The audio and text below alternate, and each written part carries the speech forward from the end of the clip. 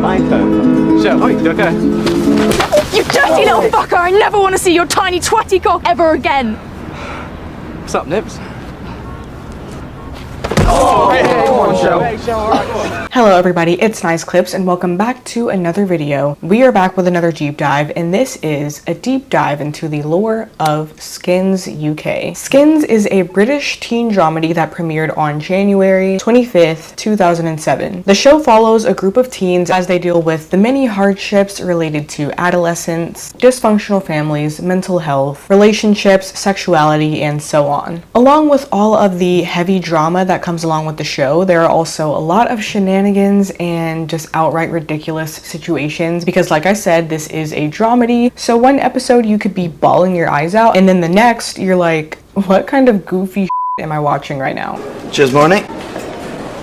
Smart-ass blonde fucker. The show follows a specific structure in which every 2 seasons there is a new generation of characters that are introduced. There are 3 different generations. In this series, I'm only going to be talking about generations 1 and 2. I'm sorry, I've tried to watch Gen 3, but I can never get past it. I just think it sucks. So yes, this video is going to be focusing on Generation 1, and I'm going to do another deep dive that's going to focus on Generation 2. The main characters of the first 2 generations are the Stoneham siblings. Tony and his little sister Effie are kind of the representatives of their generations, and throughout each of their 2 seasons we see them deal with their lives alongside their respective group of friends. The aesthetic and branding around this show was on another level. It was all things crazy, glittery, colorful, eccentric, mid-2000s indie sleaze, and it definitely made me want to be a teenager in 2007. There was something so authentic about the way the cast were played by actual teenagers and were amateur actors for the most part who had acne and wore weird clothes and had identifiable personality traits. So this was definitely a show that you could watch and immediately feel seen and heard because there's no way you can't relate deeply to at least one of these characters. I don't think I've ever attached to like a group of characters the way I attach to these Skins characters. Like every time I finish season 2 Generation 1, I always cry because I feel like I'm genuinely losing my friends. Like I become friends with these people when I watch the show. So I love Skins and I'm excited to dive deep into the scandals, the storylines, the relationships, and the overall lore. So let's get into the character overviews. First, we have Tony Stoneham. Tony is tall, handsome, popular, and very charming. All the ladies love him. And by ladies, I mean girls and women. Tony is also very conniving, very manipulative, very much a trickster type of person. So think Nate Jacobs, but less toxic masculinity and more sadistic. Tony would literally create trouble and inflict suffering on people just because he could. Just because he was bored. And then we have Tony's best friend, Sid Jenkins. Sid is pretty much the complete antithesis of Tony in the sense that Tony is very confident, very well put together, whereas Sid lacks confidence. He's lazy, super unorganized, and is just your typical horny teenage slob. Like literally his room is a mess and his walls are plastered with photos of naked women. Right from the first episode, we get a glimpse of the dichotomy in Tony and Sid's relationship. Tony is always calling Sid a lazy idiot and making him feel like a loser. You're a lazy turd, Sid. And Tony definitely gains a lot of power and fuel for his ego from the relationship because he knows that Sid wants to be just like him. So yeah, and to make it even worse, Sid is in love with Tony's girlfriend, Michelle. Michelle is completely in love and attached to Tony, and she's just so blinded by this that she does not see that Tony just does not give a frick about her. Tony calls Michelle condescending nicknames, one of them being Nips. What's up, Nips? Because apparently her nipples look weird, and even though she's stated several times that she doesn't like being called that, he just doesn't care. So there's that kind of dynamic, and he just treats her like an accessory and a plaything. It's really toxic. It's very painful to watch. May this type of love never find me. Michelle is someone who is very attractive, super tall, good hair, good sense of style, and she even says in one episode that her job is to look shaggable. So it's very apparent that she bases a lot of her self-worth on like her sex appeal, and she has trouble connecting with Tony on any surface that is deeper than sexual chemistry. Next we have Jal, who is Michelle's kind of best girlfriend. She is a musician, she plays clarinet. Her dad is also like a big musician, so it's clear that she comes from a lot of money. Her house looks pretty big. Jal's sense of style is a little bit more wacky compared to Michelle's. She wears interesting earrings and funky patterns. She doesn't feel the need to put as much effort into her appearance as Michelle does, and she's just kind of unapologetically herself. She's very loyal, definitely the most kind, supportive friend, I would say, out of everyone here. And then we have Chris. Chris is a wild child, party animal, funny, comedic, reckless. If you watch as much teen drama television as I do, then you can probably guess that Chris is one of the most tragic characters, because usually the characters who are like that, the boys who seem to be nothing more than just the reckless comedic relief, yeah, they always actually end up having the worst home life and are usually super depressed under like the happy facade. So that's Chris. And then we have Cassie. She's very eccentric in her style, but is very soft in personality. She says, "Oh wow, wow," like every episode, and she's very overlooked, not only in the friend group but also in her home life. Her parents pay no attention to her despite the fact that she literally has an eating disorder. Cassie also has a huge crush on Sid, but Sid is too blinded by Michelle to even notice or care about Cassie at all. Last but not least, in the main friend group, Maxie and Anwar. Maxie is literally the most unproblematic character in the show. You can't say anything bad about my boy. He likes to dance, he likes to act, he is our honorary theater kid, and he's also gay. Anwar is Maxie's best friend, and I hate him. I cannot stand Anwar, okay? He is an awful friend to Maxie, and he's kind of just the most irrelevant character in the friend group. But let's not get it twisted though, because as much as I despise Anwar, the person who plays him, Dev Patel, I'm deeply in love with him. Yeah, it's not even a joke. I would leave my husband at the altar for Dev Patel. So those were our characters from the main friend group, and now let's get into a few important side characters. Underneath Sid, I have a picture of him and his dad because to me, this is the most impactful child and parent relationship dynamic. And then over here we have Angie, who is a teacher at the school that they go to. Up here we have Abigail, a really annoying girl who attends like the all-girls school across from the main school, and she has a scandalous relationship with Tony. And then we have Abigail's brother, Josh.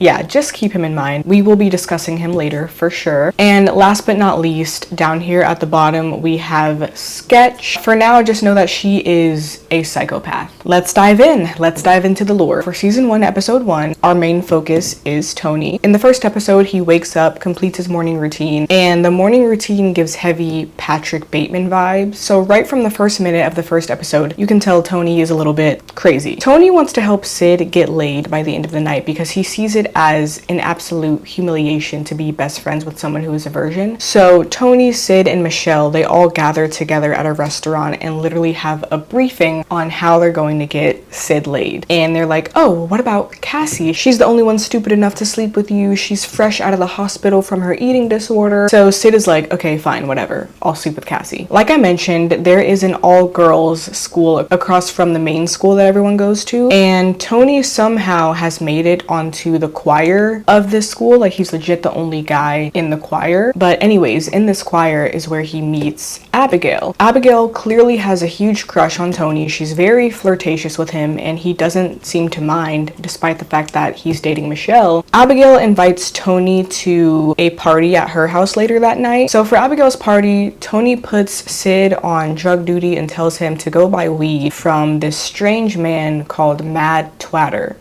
Sid pulls up to Mad Twatter's address. Sid calls Tony and he's like, I'm scared, this looks weird, I don't know about this. And Tony's like, I don't care if it looks weird, get on with it. I don't care if it looks weird, Sid. Get on with it. So Sid goes inside, meets Mad Twatter, and Mad Twatter is an absolute freak and a weirdo. Sid somehow convinces Mad Twatter to let him buy the drugs now and pay later.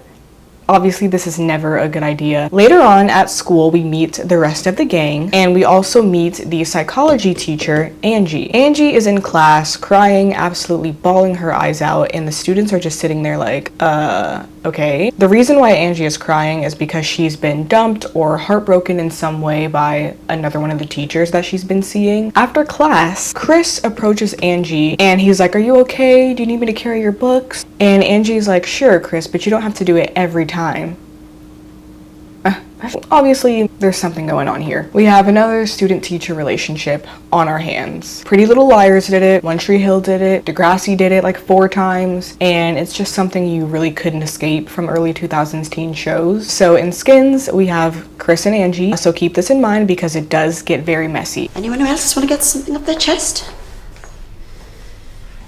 I'm in love with... Sit down! Later that night, Abigail's party begins. Michelle and Tony hook Cassie up with Sid. Cassie is acting super tweaked out, super loopy. Later on at the party, Cassie reveals to Sid that she has a huge crush on him, but she knows that he's in love with Michelle. She also reveals that she took a bunch of pills and then she passes out. Later on, Maxie, Anwar, and Chris show up to the party, and the party don't start till I walk in. Yeah, that's Chris. Because as soon as Chris steps onto the scene, the party gets wild, people are getting into fights, everything is chaotic. So the gang escapes the party. Sid comes through with a passed out Cassie, and he's like, Cassie took a bunch of pills, she passed out, we need to get her to the hospital. So they steal a car. Tony drives to the hospital, everything is very chaotic and frantic, and once they finally arrive at the hospital, Cassie wakes up. So they're like, okay, all of that was for nothing. So they pull over and they're about to have some of the drugs that Sid bought, but Sid accidentally hits the handbrake on the car, so they go plunging into a body of water, and all of the drugs that Sid bought from Mad Twatter, they are now lost somewhere in the water. Mission Get Sid Laid failed. He did not get to sleep with Cassie at the party, not that he really cares anyways, because he really wants Michelle. He doesn't give a frick about Cassie. The next episode is focused on Cassie. We actually learn that she has a baby brother, and parents who are more obsessed with each other than their children. Like literally, her parents cannot keep their hands off of each other. The libido is high, but the attention to the children is low. It's not there. It's non-existent. And it's really sad because, like I said, Cassie has an eating disorder, and the parents barely ask about what she's eating and how she's progressing and getting better. Go figure, she's not progressing or getting better. She's actually putting weights in her skirt so that when she goes to the clinic, she can trick the doctors into thinking that she's eating when she's really not. Throughout this episode, Cassie keeps seeing strange messages all over that say eat.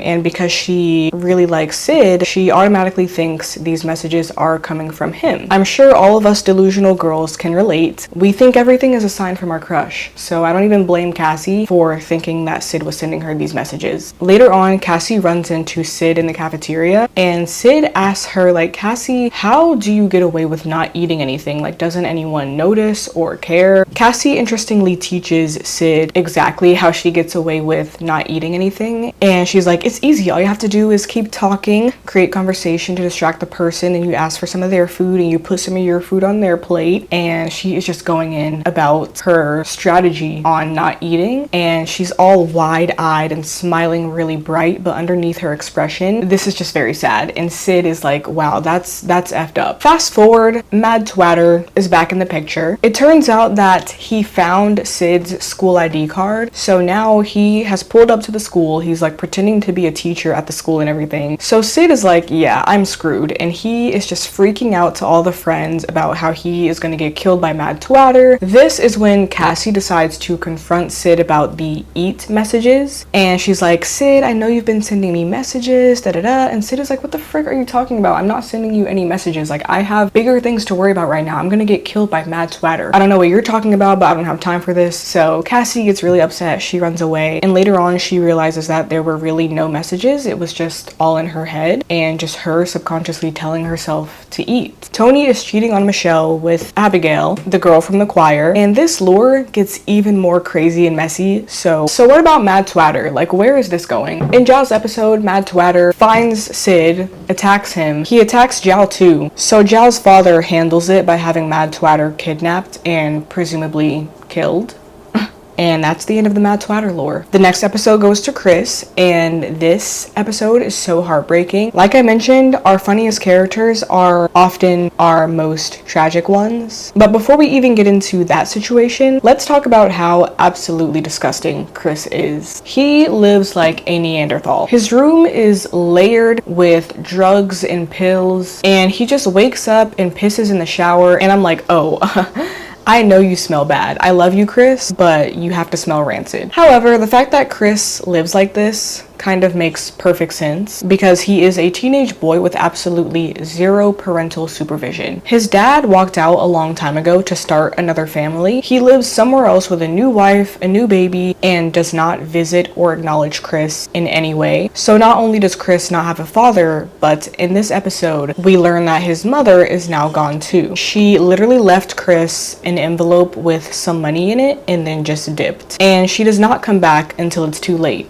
What does too late mean? We will get into that later. But again, his mom abandoned him. She left him some money. So as you would expect a raging teenage boy to do, he blows all of the money on a party. You know who shows up to this party?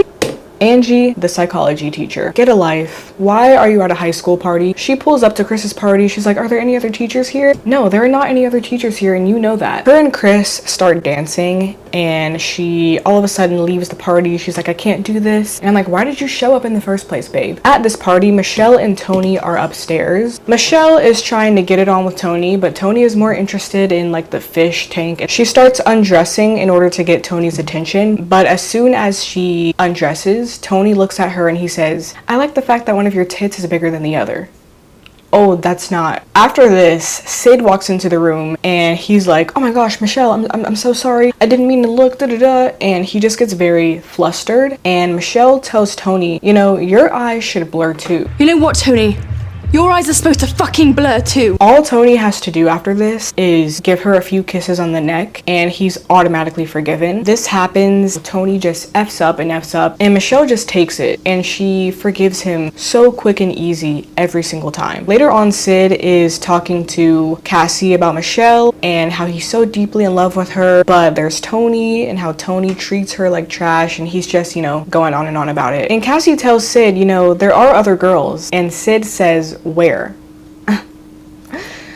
Right in front of you. The next morning, Chris goes into his mother's bedroom to find her closet completely empty. Before this, he was thinking, you know, maybe she's gonna come back. Maybe she just went on a quick trip. But when Chris sees this empty closet, he knows for sure that his mother left him and is not coming back. In this moment, everything is quiet and you can just feel the loneliness and sorrow echoing through the room, and it's so heartbreaking. Here is where we get to understand why Chris is like the biggest partier and the most reckless out of all his friends, and why he abuses drugs and pops pills all the time. It's because nobody's looking after him and he feels that he needs those things to drown out his loneliness and fill a void in his life. But thank God for Jal. Sweet, sweet Jal. She's really a big support system for Chris. They each talk about their respective issues together, and she even goes with Chris to visit his dad. And when they go to visit the dad, he literally does not want to see Chris at all. Like, he knows Chris is there, but he refuses to literally just walk into the living room to go see his son. I feel so bad for my baby. He does not deserve this. So Chris gets sad. He runs away. Jal runs after him, and they end up at a graveyard where Chris sits next to this gravestone, and he starts telling Jal about the story of his older brother Peter, who passed away.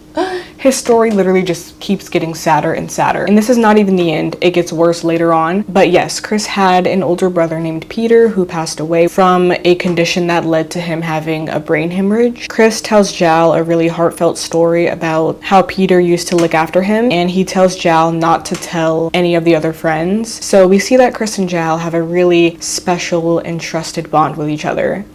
Next episode goes to Sid, and guys, this is where shit really starts to hit the fan, okay? There are 4 important pieces focused on in this episode. So number 1 is Sid and his relationship with his father, Mark. 2, the dynamic between him, Tony, and Michelle. 3, Cassie's insecurities and her unrequited crush on Sid. And 4, Tony's manipulation and mind games. Throughout this episode, Sid's dad, Mark, is really cracking down on Sid because Sid is super lazy, so he's doing terrible in school, he's flunking classes, and his dad is just not happy with the way Sid is turning out. He is constantly comparing him to Tony. He's like, why can't you be more like Tony? Why could you not be like?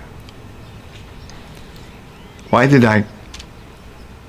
And the dynamic is just not healthy. He makes Sid feel very incompetent, and the fact that he's constantly comparing him to Tony does not help this best friend dynamic at all either. There's a scene where Sid is like venting to his teacher, and he's just saying that like he always feels like he's effing up. My dad thinks I'm a complete fuck up and can't stop acting like a fuck up, and no matter what I try, I can't stop pissing everyone off. That's so real. That is so real. Sid's parents also are not really getting along during this time because Sid's mom does not like how loud and belligerent Mark can be. And you can tell throughout the episode that Sid's mom, just by looking at her face, that she has something that she wants to tell Sid, and she wants to tell him like, I hate your father, I'm divorcing him, and I'm leaving. But she can't muster up the courage to do so. So eventually she just leaves without telling Sid. And Sid blames Mark for being a terrible father, a terrible husband. He's like, how could you just let her walk out like that? One morning, Sid is jerking it to a picture of Michelle, and then Tony walks in. Tony is very well aware of the fact that Sid has a crush on Michelle. Actually, everybody in the friend group knows this. Sid doesn't do a really good job at hiding it. Like, he's always staring at Michelle's boobs whenever they hang out, and it's like, you know, everybody already knows. So when Tony walks in on Sid pleasuring himself to a photo of Michelle, he's not really surprised. Is that a picture of my girlfriend? Wonder where that went. In fact, Tony decides to have a little bit of fun with this dynamic. So Tony encourages Sid and Michelle to come to his choir performance that he's gonna have with his all-girls choir that night. So Michelle and Sid, along with Chris, they all show up to Tony's choir concert. They're singing, they're like, God only knows what I'd be. God only knows what I'd be. In the middle of the performance, Tony kisses Abigail. Yeah, this is not in the script. Okay, he is not supposed to be kissing her. So when he is up on stage kissing her, Michelle is in the audience like, oh my gosh, what the frick is going on? After the show, Michelle busts into Abigail's changing room and Tony's hand is up Abigail's shirt. Michelle loses it. She's calling Tony a liar and a cheater. She's calling Abigail a whore. And Tony is just sitting back enjoying it all. Just completely basking in the mess that he has created. And by the way, this scene is just hilarious. There's not a day that goes by where I don't think about it. Michelle would never fuck a horse. Anyways, Tony continues his sick little plan, and he tells Sid, you know, since Michelle is mad at me now, now's your chance to make a move. So he encourages Sid to shoot his shot with Michelle. But remember Cassie? Yeah, she is still in love with Sid. So Cassie asks Sid out on a date, and at first he agrees, but after the whole fiasco with Tony, Michelle is also mad at Sid too because she feels like he was in on the plan. So Sid bails on his date with Cassie because he is so focused on Michelle and trying to like apologize to her. Obviously, this makes Cassie very upset because she's fed up with Sid ignoring her for Michelle, and Cassie already deals with so much neglect at home. She's already very vulnerable, very fragile. She was even telling Sid how she didn't eat anything for 3 days to look good for their date. So when Sid flakes on her, she takes a bunch of pills and tries to take her own life. Jal is riding with Cassie in the hospital after the overdose, and she calls Sid and she's like, what the frick is wrong with you? Like, all you had to do was go on a date with this girl. And you know what Sid is doing during all this? He is trying to get with Michelle. Michelle agrees to meet Sid at a little bar. They dance. So Sid finally thinks he is in there with Michelle. But this is when Tony walks in. Tony swoops right back in, replaces Sid in the dance. Michelle hugs him and forgives him after everything. After the whole choir kissing Abigail incident that she knows was on purpose, she just forgives him like that. When Sid is about to leave, Tony grabs Sid and like brings him over, and I'm just like, what is going on here? I still don't really fully understand the extent and intentions behind Tony's plan. I'm like, are you trying to rub it in Sid's face that like she easily forgives you after this? Like, I don't know. Tony was truly frightening in the first season, and it gets even worse in the next episode. In this episode, the gang goes on a school field trip to Russia, and Anwar all of a sudden has a problem with Maxie being gay. He's like, I'm Muslim and you're gay and it's against my religion and it's not right. And I'm like, you have a problem with Maxie being gay when you all literally drink, abuse drugs, and fornicate every day? And at first, I thought that Anwar had a little crush on Maxie. I was like, oh, a little internalized homophobia. You love Maxie romantically, but you don't want to admit it. But no, that wasn't the case. They were just besties, dealing with some cultural and personal differences. Maxie comes into Tony's room to tell him about the argument that he had with Anwar. And after this, Tony kisses Maxie, and he keeps asking like, can I give you head? Can we hook up? Why does he want to sleep with Maxie? Because he can. Because he's bored. And Maxie is like, I'm not an experiment. What is wrong with you? But Tony doesn't care. He continues to flirt with Maxie, and one night Maxie is just like, you know what the hell? So he hooks up with Tony, but someone is in the room while they are hooking up, and that someone is Michelle. She is literally in bed. Tony and Maxie assume that she is asleep, but she's not. She's wide awake, honey, and she is watching it all go down. Literally, she's watching her boyfriend go down on Maxie. You know who else is hooking up on this Russia trip? Chris and Angie. So yes, they hook up for the first time in this episode, and they continue to do so afterwards. Every time they hook up, Angie is like, this is the last time, this was a one-off thing, like I can't do this anymore. But that's false, because it keeps happening over and over again. Once everyone arrives back home to the UK, Michelle is watching Tony interact with Maxie, and she just can't hold it in anymore. She loses it. She walks up to Tony, punches him, knees him in the balls, and runs away. Maxie tells Tony like, oh, should you go after her? And Tony is just like, she'll come back.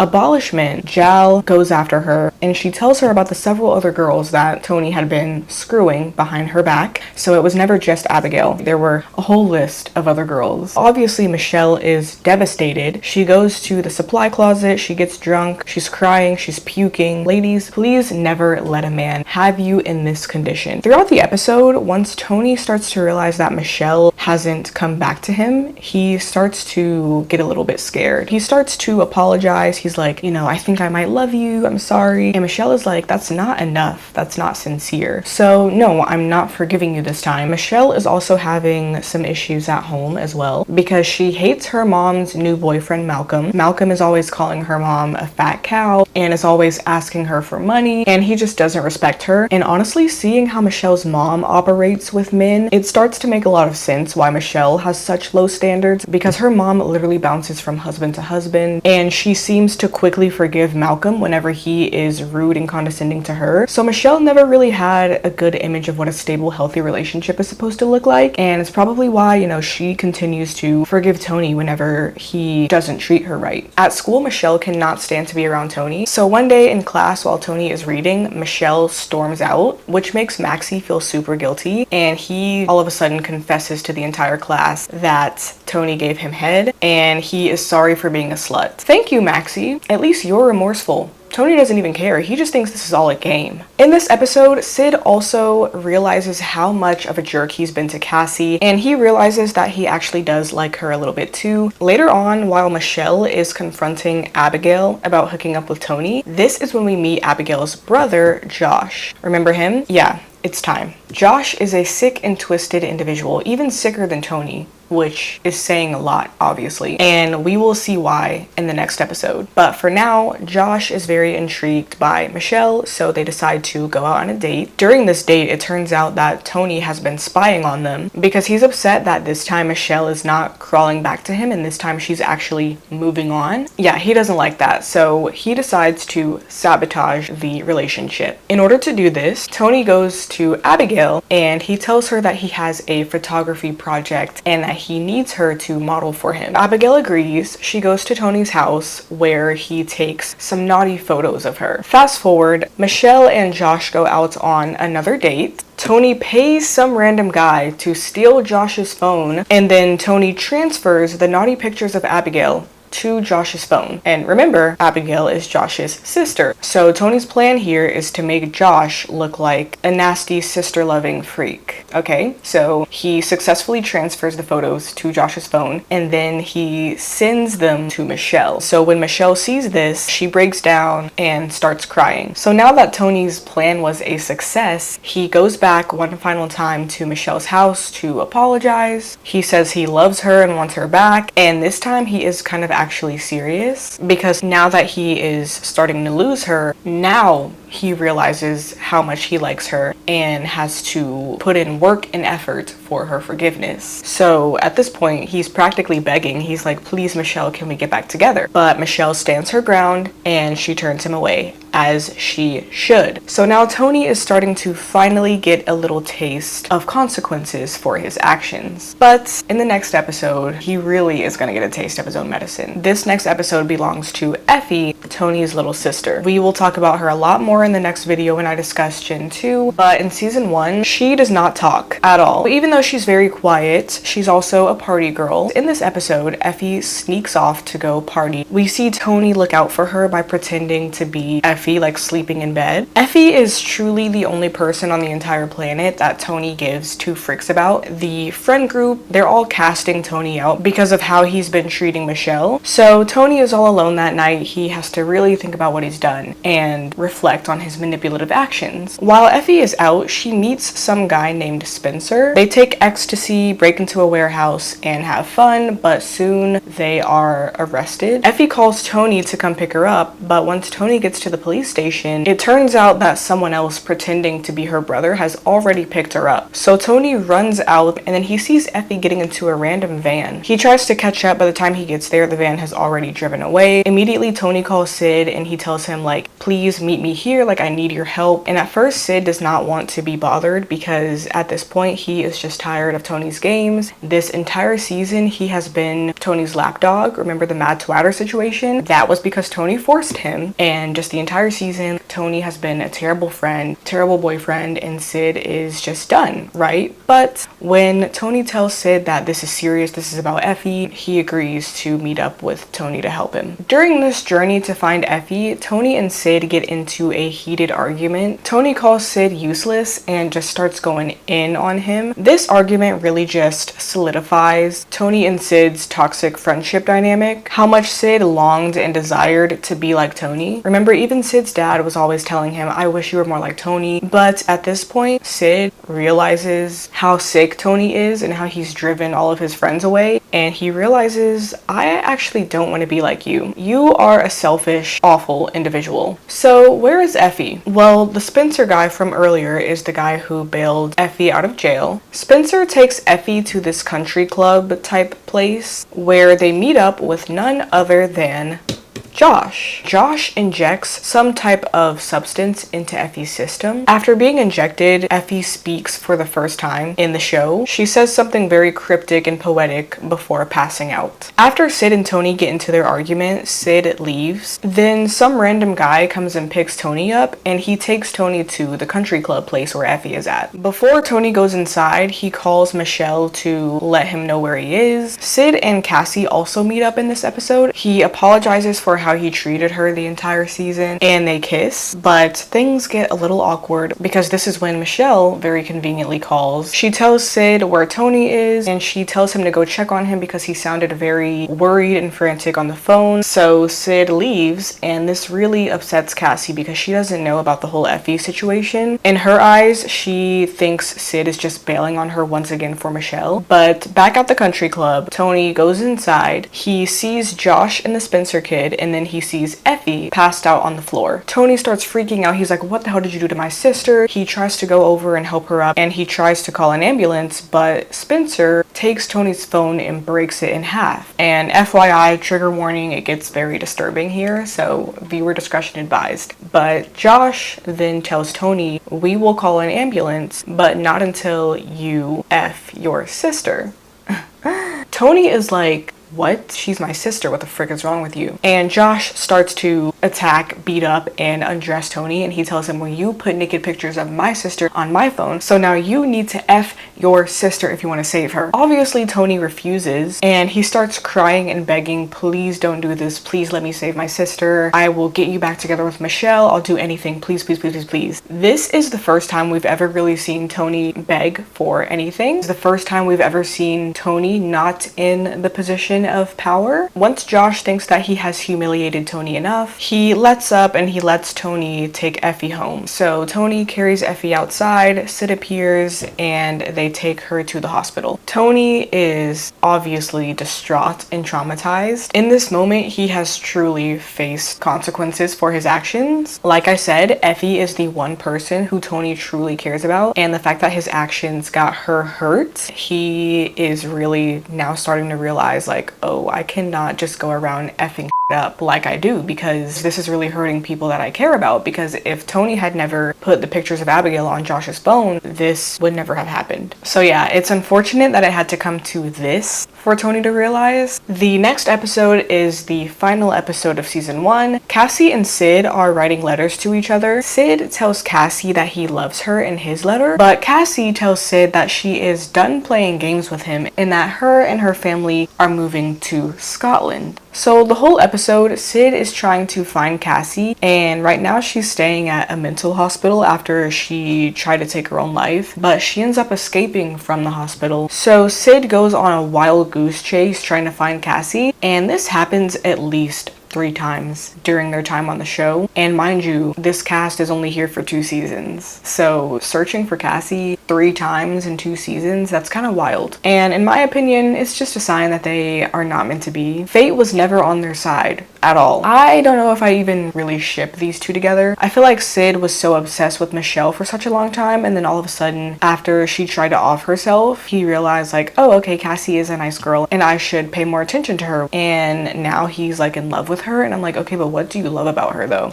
I don't know. I just wasn't convinced. Angie and Chris have been sleeping together for a while, but in this episode, it's revealed that Angie has had a secret fiance the entire time. Girly, you're already sleeping with a 17-year-old, and now we find out that you are engaged to somebody? Double scandal is crazy. Her fiance, honestly, he's kind of zesty. Even Chris points it out. He's like, Angie, your fiance is gay. But in the end, it doesn't even matter because Angie decides to break it off with both Merv and Chris. As the season comes to a close, Tony calls Michelle. He's been calling her nonstop ever since the Josh incident, and she hasn't been picking up, but this time she actually answers. Tony starts pouring his heart out. He apologizes. He says that he loves her, and it seems that he actually means it this time. So this makes Michelle burst into tears because she has probably never heard a sincere apology or love confession from this man a single day in his entire life. She's also still really hurt from the abuse that she has taken from him, so she also is confused because she doesn't know whether to forgive him or how she can really trust him again after this. In this moment, Tony steps out into the street, and all of a sudden a huge bus comes and rails Tony down.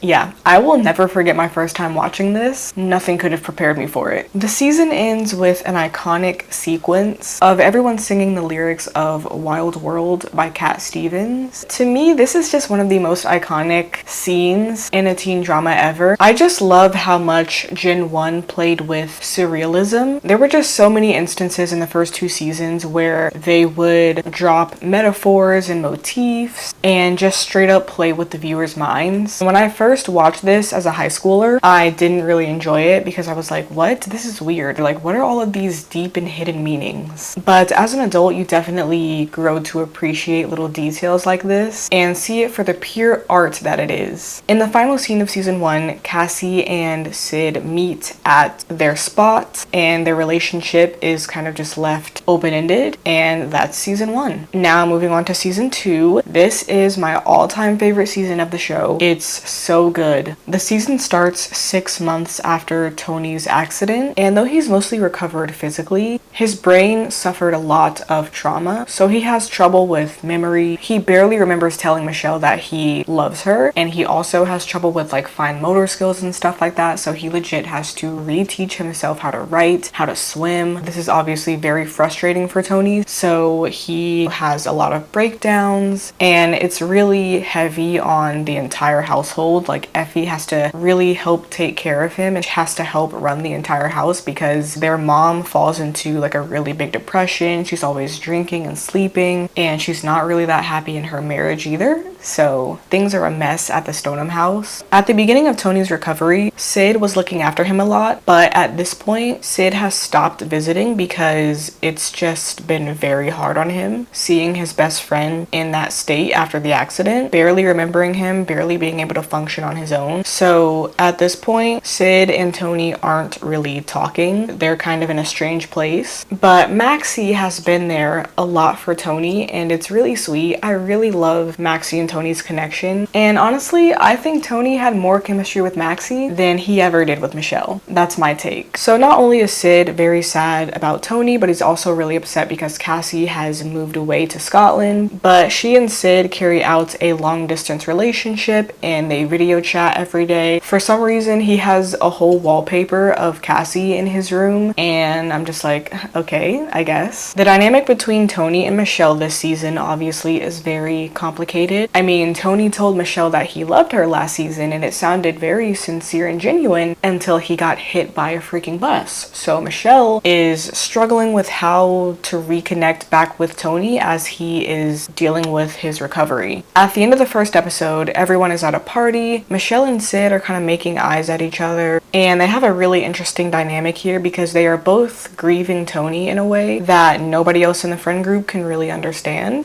You're avoiding me.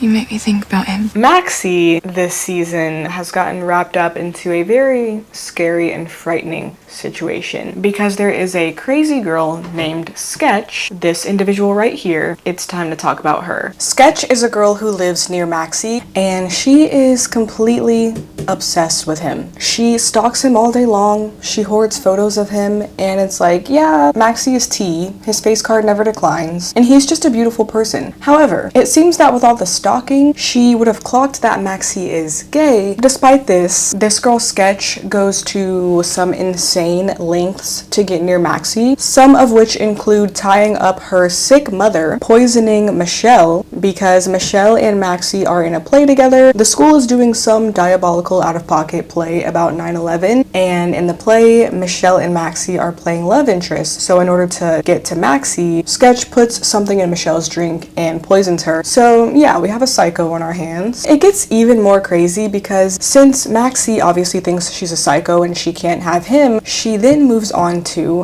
Anwar. And since Anwar is an absolute loser who is desperate for attention from any female with 2 legs, he starts hooking up with Sketch. Even though Maxie keeps telling him she's crazy, she's my stalker, he just doesn't care. This used to really make me mad when I first watched it, but every time I rewatch, I really just get a kick out of the storyline because it starts to get more and more ridiculous and funny as it goes on, because eventually Sketch starts to slowly turn Anwar into Maxie. Anwar starts dressing like Maxie, and then one episode he literally has blonde hair.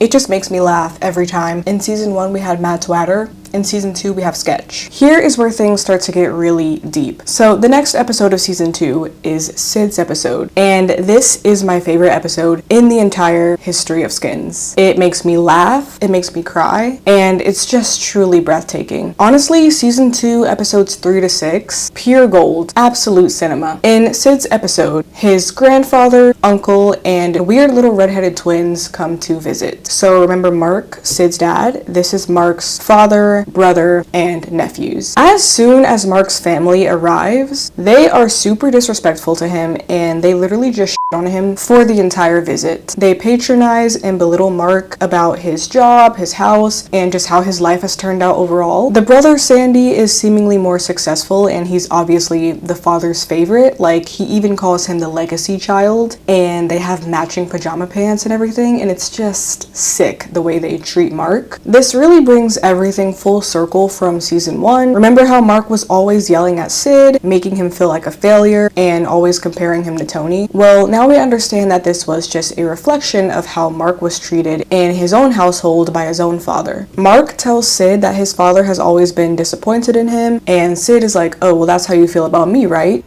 Never. I'm useless and crap. I fuck everything up and it drives you mad. You hear me, Sid?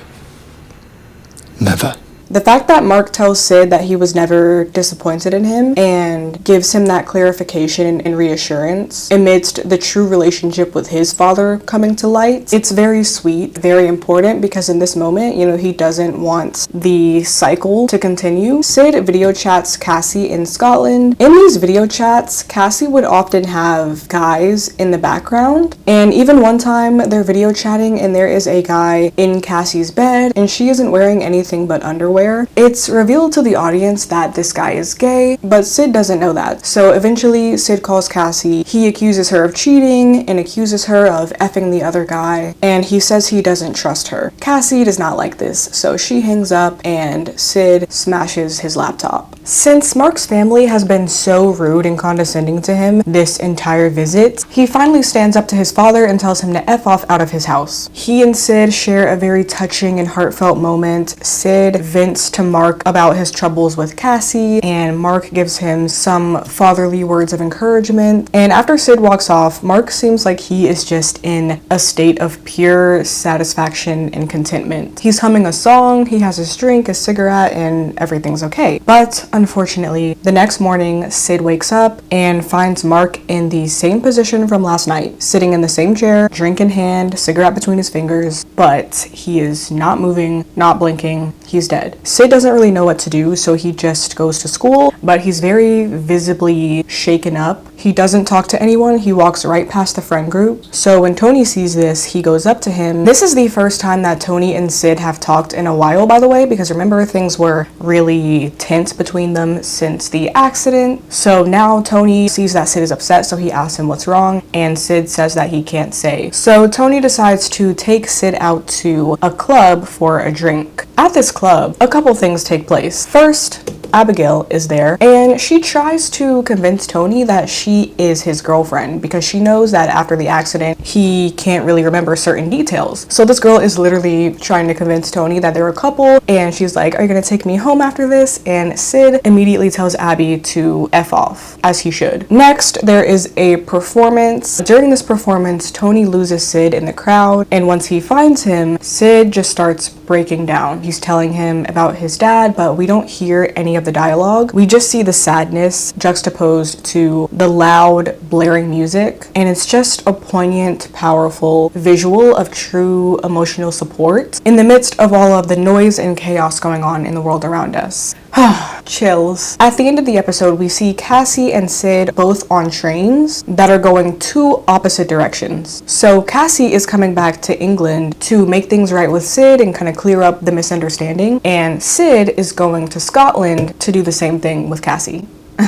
So like I said earlier, Sid and Cassie are always looking for each other and are always just missing each other. And I'm like, hey, maybe the universe is trying to tell you guys this isn't working. Michelle and Tony have had an awkward relationship since the accident. So now that, you know, more time has passed and Tony is slowly starting to recover more and more, Michelle and Tony try to have sex, but Tony cannot perform because, you know, his body isn't working right. So at this, Michelle gets very upset. She says, this is ridiculous. She cries. She says, why can't you get better for me? And then she hits him upside the head and she yells and she's like, why were you in the middle of the road?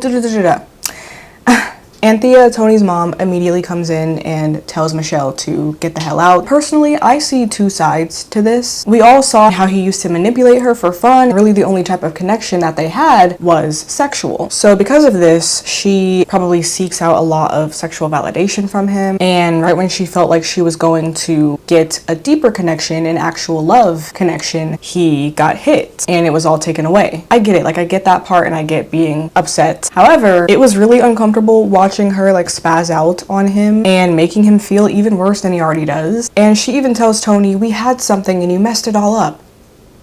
Baby, you had nothing. Tony was terrible to you. And sure, he was starting to show remorse and he was starting to change, but to what extent are you really willing to save a relationship that was built on top of so much toxicity? Because to me, it's not worth it. It's also Michelle's birthday, so she and the friend group are going camping on the beach. Sid is back because obviously Cassie wasn't there when he tried to go visit her in Scotland. So everybody is there except for Cassie and Tony. Number one, because he's still recovering, and number two, because he is obviously not really vibing with Michelle right now after she yelled at him for having erectile dysfunction. So they all arrive at the beach and the vibes are nice, but neither Michelle nor Sid are really having any fun. Michelle feels really disconnected because she hates her new stepfather and her new stepsister. Surprise, surprise, Michelle's mom has a new husband, and Sid is obviously super depressed because he just lost his dad. He thinks Cassie is cheating on him, and things between him and Tony are still not really the same as they used to be. So once everyone goes to sleep, Sid starts crying and he tells Michelle, I'm so lonely. Michelle responds with, I know. They kiss and they have sex. This scene is very moving. First off, the song choice playing in the background of this scene, it just really brings out the emotion. Watching Michelle and Sid finally get together after him pining over her all of last season, but it's not them getting together because they have a romantic connection. They're rather just connecting over their shared loneliness. They both feel so empty and disconnected from their families, and they both have this severed relationship with Tony. And in this moment, they both have each other to fill each other's voids. After the camping trip, Sid and Michelle continue to carry out this mutual void-filling sexual relationship. They go up to his room and are about to have sex. However, all of a sudden we hear a voice in the corner. Hello, Sid. Hello, Michelle. That was my Cassie impression if it wasn't clear. Things are getting hot. The tea is steaming. Chris is getting kicked out of school and also the school housing that he stays in because he is just a wild child and his behavior is no longer being tolerated. So they're like, yeah, you need to get out. So now he has no school, no home. When he talks to Jal about it, Jal is telling him, you need to start taking things more seriously and you need to stop effing around all the time. In turn, Chris tells Jal that she needs to start taking things less seriously and she just needs to say F it sometimes instead of being so strict all the time. So Jal agrees that she will start saying yes to more things if and only if Chris puts in the effort to get his life together. So they make a little deal and it's really cute. Ever since season 1, Chris and Jal have always had that special connection, so something's cooking here, something's brewing. Later on that night, the gang go to a club to hang out, and for Jal's first F it mission, Chris dares Jal to go up on stage and steal the performer's hat. So Jal is like, okay. She goes up on stage, she kisses the singer and steals his hat. Chris is just astonished. Okay, at this point he is pretty much in love with this girl. This scene gives very much Chuck Bass being amazed by Blair when she went up on stage at his club. Yeah, these two scenes give the same energy and I love it. But anyways, Jal is up on stage and in the crowd she sees none other than Cassie. So Jal is telling the friend group, oh my gosh, Cassie's back from Scotland, and at first everybody is all happy and excited to see her. That is until Cassie breaks the good vibes by spilling the tea about Michelle and Sid. Lovely Sid and lovely Michelle are fucking. I love Cassie as an overall character, but when she returns from Scotland, she pisses me off and I want to fight her so bad. So after she tells everyone about Michelle and Sid, she says to Sid, I know your dad's dead, but that doesn't mean you can just go around doing whatever you want. Excuse me? Why would you say that to him? And I completely get being mad at him because first off, you accused me of cheating when I wasn't, and then you go and hook up with the very girl that you constantly ignored me for last year? Yeah, so he fully deserved the slap that she gave him. However, the dead dad comment, uncalled for. Okay, let's have some class. After they leave the club, Jal and Chris talk, and Chris tells Jal about how he made some money tonight by selling drugs. At this, Jal gets very upset because she feels like she's holding up her end of the deal. You know, she's saying yes, she's taking risks, and she's like, you need to hold up your end of the deal and get a real freaking job instead of just cheating by selling drugs. As sort of an apology, Chris then kisses her. This scene just has me kicking my feet up in the air. And mind you, I am a friends to lovers hater. I don't like that trope. But Chris and Jal, they are the only exception. And love Rosie. Anyways, they hold hands, walk off. After this, Chris locks in. Eventually, he does get a job selling houses. Cassie also has nowhere to stay at this point, so she becomes roommates with Chris. Chris and Jal are continuing to blossom with their newfound love, and things are good. That is until one specific person decides to come back, and that person is Angie. So keep that in mind. But for now, let's switch it back to Cassie, because at this point she is going super crazy. She's very heartbroken with the Sid and Michelle situation. So she starts sleeping around, doing drugs, drinking, and is just crashing out super hard. When Jal takes notice of this, she talks to Cassie and she's like, I don't know what you're doing to yourself, but I don't want you downward spiraling and taking Chris with you, because remember, they're roommates. This little comment really upsets Cassie. She also tells her that Angie is back. She kind of just sits there and laughs and seems to find enjoyment in the fact that Jal's feelings are inevitably going to get hurt with Angie being back in the picture. Cassie is in a lot of pain right now and she wants company, so she makes Jal feel bad. Like I said, she really annoys me right now and I just want to punch her in this moment, because why are you being a bitch to Jal, the girl who literally had your back through everything last season? Later on, Cassie throws a party at the apartment and lo and behold, Angie shows up. Now, mind you, Angie is well aware of the fact that Chris is going out with Jal, but does that stop her from hooking up with him? No. So yes, Chris and Angie hook up at this party in the bathroom. After this, Jal notices that Chris's shirt is on inside out, and then she sees Angie in the background, so she clocks that they have slept together. Obviously, she gets mad and leaves the party. One more surprise for this episode. One more tiny little surprise. Jal, she's pregnant. Chris apologizes to Jal. Jal doesn't let him off easy, but eventually she does forgive him. However, she does not tell him about the fact that she's pregnant, so this is a big secret for the next couple of episodes. Next, episode 6 focuses on Tony, and when I tell you guys, this is the episode. It's just a masterpiece. The plot and just the construction of the story throughout the episode, it's amazing. The first time I watched this episode in high school, I did not understand it. It didn't make any sense to me, and I hated it, but the more you rewatch this episode, the more things start clicking. So let's get into it. Tony goes out with the rest of the friend group, and this is kind of like his first time really being out to party with everyone ever since the accident. Tony also bonds with Cassie during this party because they both feel betrayed by Michelle and Sid being together. So Tony gets effed up. He takes a pill, he drinks a lot, and then he goes to the bathroom where he meets some mysterious girl who happens to know his full name. Keep that in mind. Later on, Tony travels to a university to do an interview and a tour and all that. On the train to this university, Tony meets a man who has like half of his face burned. Once Tony gets to the university, he is in this group interview thing, and the leader of the interview happens to be a guy who was played by the same person from the train, the guy with the burns on his face. This teacher guy is also just a complete jerk. He's very rude. He thinks he's better than everybody else in the room. He undermines Tony and just seems like a very miserable, self-righteous man. Also, the girl who Tony met in the bathroom at the club, she is also at this university, and throughout the trip she encourages him to do things that he's been scared to do ever since the accident. So she helps him like swim and just take different risks. Here's the interesting thing about this episode. The three entities, the girl, the guy from the train with the burn scars, and the teacher, the fan theory is that these three characters are not real. They're all just projections of Tony's mind, and that this episode is basically the grand finale of Tony's recovery journey. Tony has really been trying to get back to his old self, but also his old self was a terrible person, so he's trying to do that in a way where he also can become a new changed person. So the girl is supposed to represent like Tony's wild side that he lost after the accident. The teacher guy, I think, is supposed to be a version of Tony if he were to just remain the same person that he was was in season 1. Who the fucking hell do you think you are?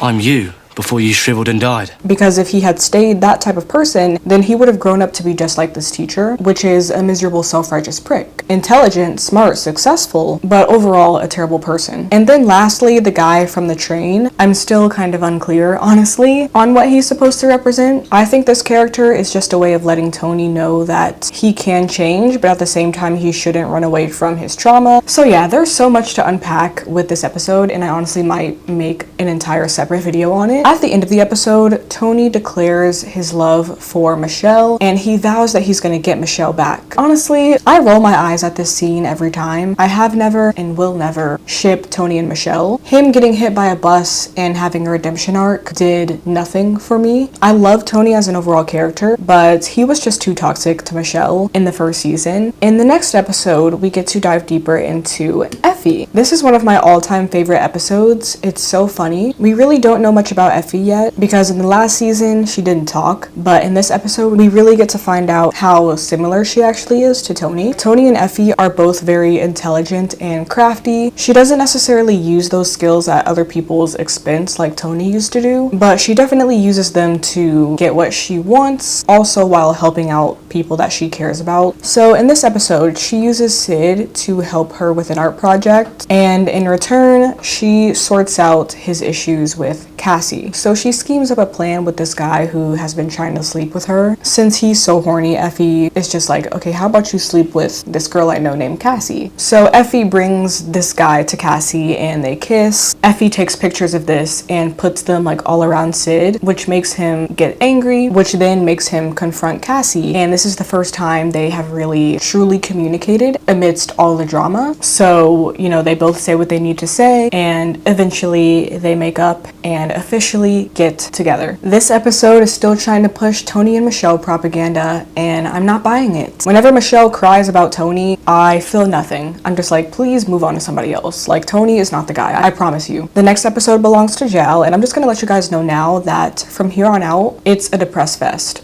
Like, you will cry and you will not stop crying until the end of the season. Jal is struggling. She is being dragged through the trenches because she's pregnant, and she is having a hard time trying to figure out how to tell Chris and whether she wants to even keep it or not. Jal's dad also does not approve of Chris at all. He calls Chris a drugged up, good for nothing waster. Also, Cassie is continuing to piss me right the frick off. She is acting very testy towards Jal, making her feel bad for keeping the pregnancy a secret. And you're probably wondering, how does Cassie even know? Cassie is just one of those people who's very observant. She is very overlooked in a lot of situations, so therefore she has a lot of time to, you know, see what's going on around her and observe people's behaviors. So she knows Jal is pregnant and she chastises her for keeping it a secret. Not that I support that either. I don't think Jal should have kept it a secret from Chris for as long as she did. In this episode, we also learn that Chris is keeping a secret from Jal too, and Cassie would also try to get Chris to tell Jal too, so I do appreciate her trying to make sure they're not keeping stuff from each other, but at the same time, watch yourself, don't overstep. Eventually, Jal tears the band-aid off and tells her family that she is pregnant at the most random time. Jal's dad is furious, and he's like, if your mother was here, she would. And then Jal interrupts him and says, what if my mother was here? But she's not. In the first season, we found out that Jal's mom walked out on the family. Michelle and Cassie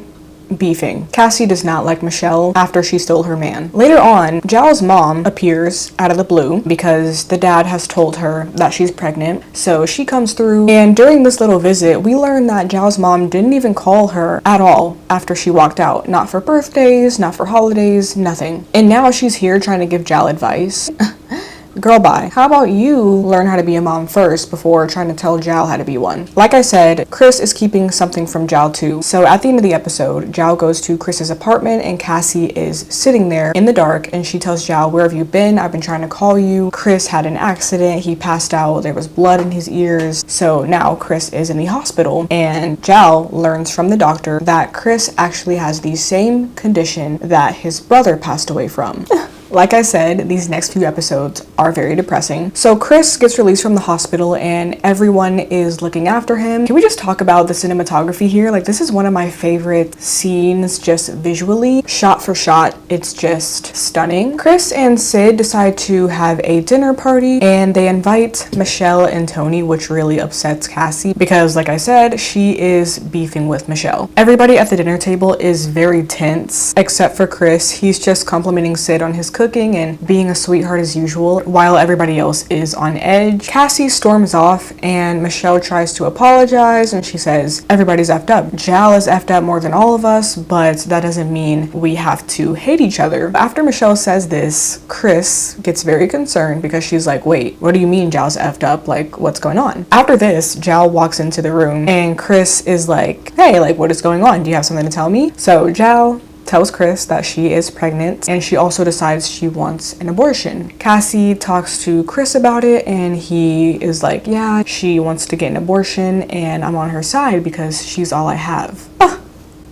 Later on, a visitor appears to the apartment, and this visitor actually turns out to be Chris's mom. Cassie tries to urge Chris's mom to come in and see him, but she claims that she can't stand to see him, so she gets in her car and she drives away, and I just want to know what is wrong with Chris's parents. Why do they not love him? After this, Cassie tries to run up to the apartment to tell Chris that his mom is here, but when she walks in, she hears Chris crying in his room. I think Chris was crying ultimately because, you know, even though I think he really did support Jal and whatever she decided to do with the baby, but I do think there was a big part of him that wanted it to work out another way. So that, along with his illness and also just the turmoil in his friend group, everything is just hard. So he's crying. Later on, once he's feeling a little bit better, he and Cassie have some tea and watch a movie. Cassie has a gift for Chris and it's a shirt, so he puts it on and he's like, oh, this is cool, I can't wait to show ...